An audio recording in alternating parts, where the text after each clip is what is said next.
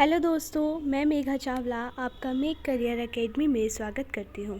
जैसे कि आप लोग जानते हैं कि 4 मई 2023 की एसएससी एमटीएस की फ़र्स्ट शिफ्ट जो है ओवर हो चुकी है। तो इसके जीएस के जितने भी एग्ज़ाम में क्वेश्चंस आए हैं उन सब का हम डिटेल एनालाइज इस वीडियो में करेंगे, ठीक है। और आप सब जानते हैं कि जनगणना से एक क्वेश्चन पूछा ही जा रहा है। तो इस वीडियो में मैंने जनगणना से जितने भी इम्पोर्टेंट क्वेश्चन अभी तक एग्ज़ाम में बने हैं एसएससी के थ्रू या आगे बनने की संभावना है, उन सब को भी इस वीडियो में मेंशन किया है, पूरी जनगणना से रिलेटेड क्वेश्चंस को। तो ये वीडियो आपके लिए बहुत हेल्पफुल रहने वाली है। तो वीडियो को एंड तक ज़रूर देखें और चैनल को सब्सक्राइब कीजिए। अगर आपको इस वीडियो की पीडीएफ चाहिए तो आप हमारे टेलीग्राम चैनल से जुड़ सकते हैं और इस पीडीएफ को ले सकते हैं। वीडियो स्टार्ट करते हैं। सबसे फर्स्ट क्वेश्चन है हमारा, स्वामी विवेकानंद का आध्यात्मिक गुरु कौन थे। तो ये क्वेश्चन आज की फर्स्ट शिफ्ट में पूछा गया है कि स्वामी विवेकानंद के आध्यात्मिक गुरु कौन थे। तो स्वामी विवेकानंद के आध्यात्मिक गुरु रामकृष्ण परमहंस थे। स्वामी विवेकानंद ने कौन से मिशन की स्थापना करी थी। तो रामकृष्ण मिशन की ही स्थापना करी थी 1897 में, ठीक है। महात्मा गांधी के राजनीतिक गुरु भी पूछ सकता है। तो महात्मा गांधी के राजनीतिक गुरु कौन थे। गोपाल कृष्ण गोखले थे। अगर पूछे कि गोपाल कृष्ण गोखले के गुरु कौन थे तो एमजी रानाडे गोपाल कृष्ण गोखले के गुरु थे। नेक्स्ट क्वेश्चन है हमारा, सितारा देवी का संबंध किससे है। ठीक है, एक क्वेश्चन शास्त्रीय नृत्य के कलाकार से रोज़ डेली पूछा जा रहा है, तो आप इनको अच्छे से देख के जाए ताकि आपका ये क्वेश्चन छूटे नहीं, ठीक है। सितारा देवी का संबंध किससे है तो कथक से है। कथक यूपी का शास्त्रीय नृत्य है।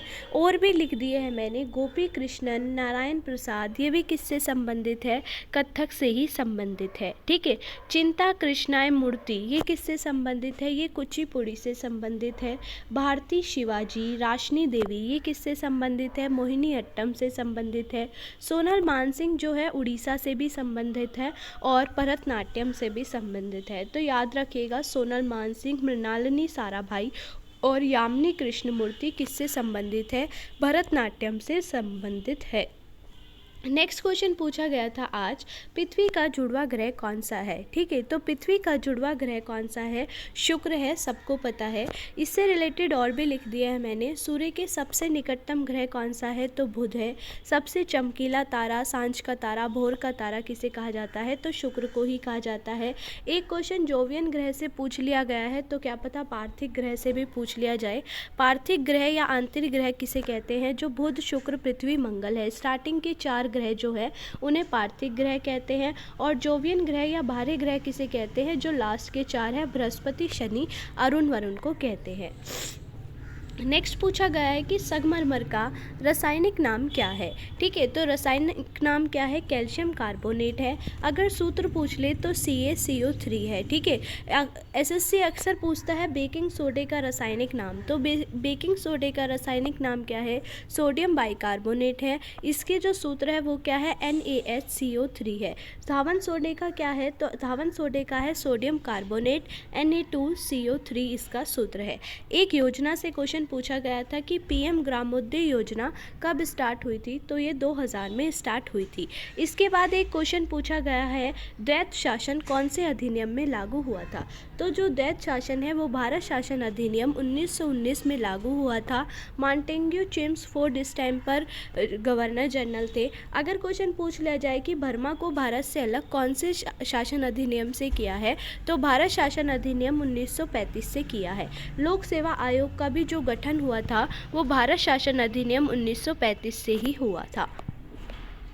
नेक्स्ट पूछा गया है कि अशोक की नीति किस युद्ध के बाद चेंज हो गई थी। ठीक है, तो अशोक की जो नीतियाँ थी वो चेंज हो गई थी कलिंग युद्ध के बाद, जो 261 BC में हुआ था।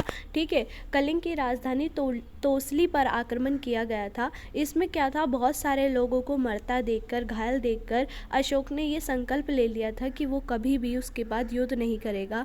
और अशोक ने क्या अपना लिया था, बौद्ध धर्म अपना लिया था। अगर क्वेश्चन पूछा जाए कि बौद्ध धर्म के प्रचार के लिए अशोक ने किसे भेजा था, तो अपनी बेटी और पुत्र अपनी बेटी संघमित्रा और पुत्र महेंद्र को श्रीलंका भेजा था। ठीक है, इसके साथ साथ 2-4 मैंने यहाँ पर युद्ध लिख दिए हैं। तराइन का जो प्रथम युद्ध हुआ था वो 1191 में हुआ था, जिसमें पृथ्वीराज चौहान ने मोहम्मद गोरी को हराया था।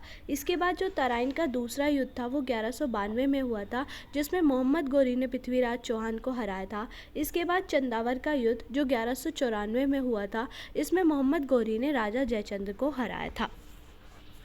इस एक युद्ध और है, तालीकोटा का युद्ध 1565 में। ये कल एग्जाम में पूछ भी लिया गया है कि विजयनगर साम्राज्य का जो पतन है वो कौन से युद्ध के कारण हुआ था। तो तालीकोटा का युद्ध जो 1565 में हुआ था, उसके कारण विजयनगर साम्राज्य का पतन हुआ था।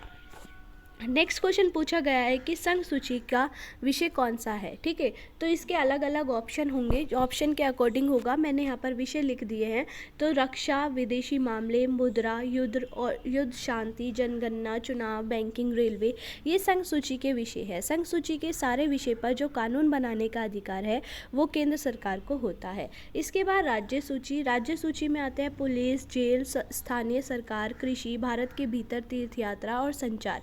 ये सभी राज्य सूची के मेन विषय हैं, जिस पर जो कानून बनाने का अधिकार है वो राज्य सरकार को है। समवर्ती सूची में केंद्र सरकार और राज्य सरकार दोनों मिलकर बनाती है, जिसमें हमारे स्टैम्प ड्यूटी, शिक्षा, वन, जनसंख्या नियंत्रण, परिवार नियोजन, तलाक, विवाह, ये सब समवर्ती सूची के विषय हैं। नेक्स्ट पूछा गया है कि जल को शुद्ध करने के लिए किसका प्रयोग किया जाता है। तो जल का शुद्ध करने के लिए क्लोरीन का प्रयोग किया जाता है। नेक्स्ट क्वेश्चन पूछा गया है खेलो इंडिया यूथ गेम्स का 5वां संस्करण कहाँ हुआ था। तो ये अभी हुआ है, 5वां संस्करण मध्य प्रदेश में हुआ है। ये भी पूछा जा सकता है कि खेलो इंडिया यूथ गेम्स के जो 5वां संस्करण हुआ था उसमें विजयी राज्य कौन सा है।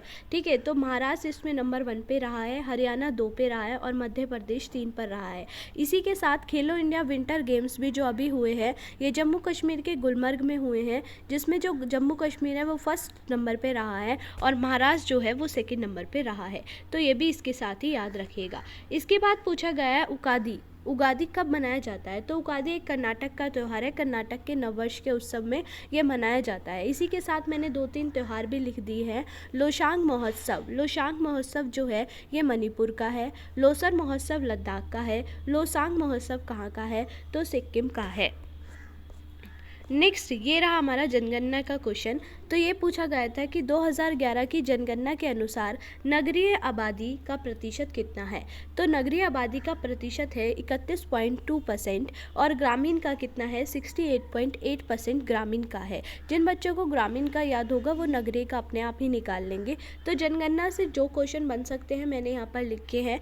भारत में पहली बार जनगणना 1872 में लॉर्ड मेयो के टाइम पे हुई थी। नियमित जनगणना जो है 1881 में लॉर्ड रिपन के टाइम पे हुई थी। जनसंख्या का लघु विभाजक वर्ष जो माना जाता है 1951 को माना जाता है। विश्व जनसंख्या दिवस कब मनाया जाता है, तो 11 जुलाई को मनाया जाता है।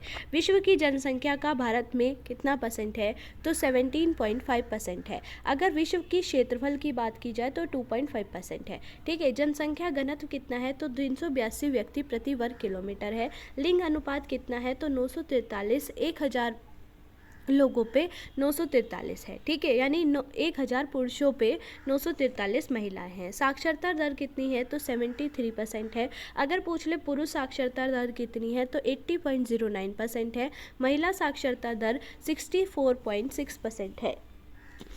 सर्वाधिक जनसंख्या वाला राज्य पूछ ले तो वो हमारा यूपी है। ठीक है, न्यूनतम जनसंख्या वाला राज्य सिक्किम है। सर्वाधिक जनसंख्या वाला यूटी ये कल पूछ लिया गया है, तो दिल्ली है। न्यूनतम जनसंख्या वाला यूटी पूछे तो लक्षद्वीप है। ठीक है, सर्वाधिक लिंग अनुपात वाला राज्य ये भी पूछ लिया गया है, तो केरल है। 1084 महिलाएं हैं 1000 पुरुषों पे। सर्वाधिक लिंग अनुपात वाला अगर जिला पूछ लिया जाए तो माहे है पुदुचेरी का। 1176 महिलाएं हैं 1000 पुरुषों पे। सर्वाधिक साक्षरता वाला जिला कौन सा है, तो केरल है। 93.91% है। अगर पूछ लिया जाए न्यूनतम लिंग अनुपात वाला राज्य कौन सा है, तो हरियाणा है। 879 महिलाएं हैं 1000 पुरुषों पे।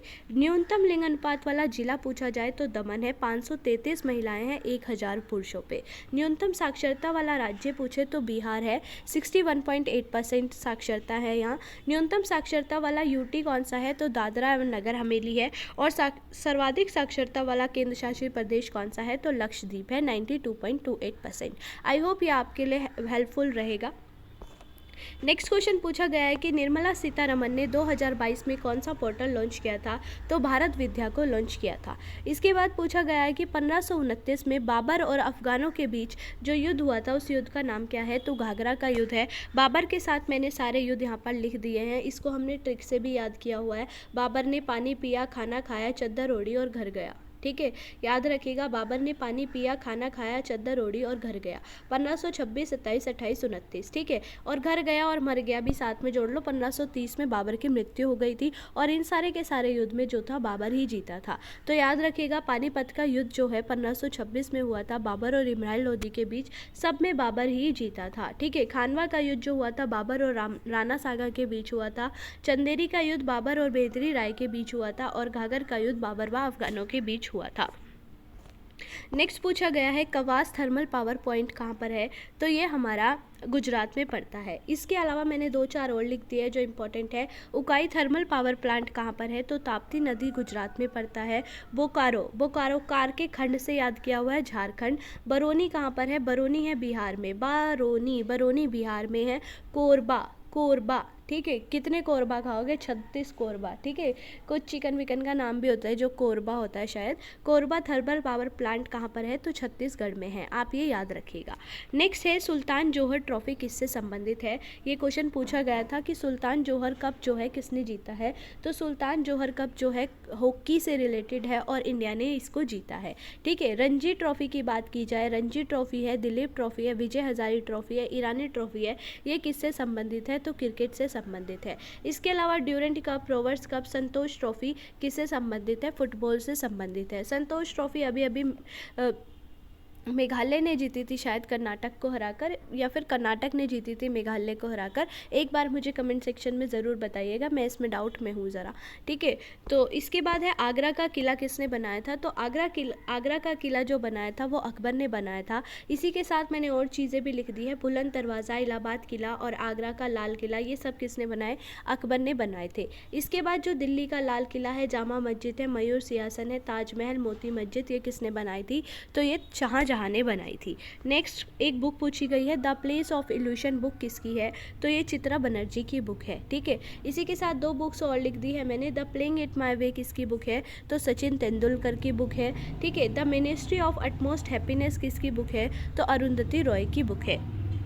नेक्स्ट पूछा गया है तमिलनाडु में मंदिरों में देवदासियों द्वारा किया जाने वाला नृत्य कौन सा है, तो भरतनाट्यम है। ठीक है, इसके बाद एक क्वेश्चन पूछा गया है कि कोड़ो, कुटकी, हड़का और काउची किसके उदाहरण है, तो ये बाजरा के उदाहरण है। एक क्वेश्चन गिरिजा देवी से पूछा गया है कि ठुमरी की रानी किसे कहा जाता है, तो गिरजा देवी को कहा जाता है। गिरजा देवी को जो है 1972 में पद्मश्री मिला था, 1789 में पद्म भूषण मिला था और हाल ही में 2016 में पद्म विभूषण का पुरस्कार जो है इन्हें मिला है। ठीक है, एक क्वेश्चन जो था वो आरबीआई की खुले बाजार की प्रक्रिया से था जो क्लियरली मेंशन नहीं हुआ है। तो ये थे आज के क्वेश्चंस, जितने भी मिले हैं मैंने उस पर अच्छे से वीडियो बनाई है। आई होप ये वीडियो आपके लिए हेल्पफुल रहेगी। और अगर आपको किसी भी टॉपिक पे अगर वीडियो चाहिए तो आप मुझे कमेंट सेक्शन पे बता सकते हैं। और इस वीडियो की जो PDF है वो आपको हमारे टेलीग्राम चैनल पर मिल जाएगी, तो टेलीग्राम चैनल को ज्वाइन करके आप इसकी PDF भी ले सकते हैं। Thank you.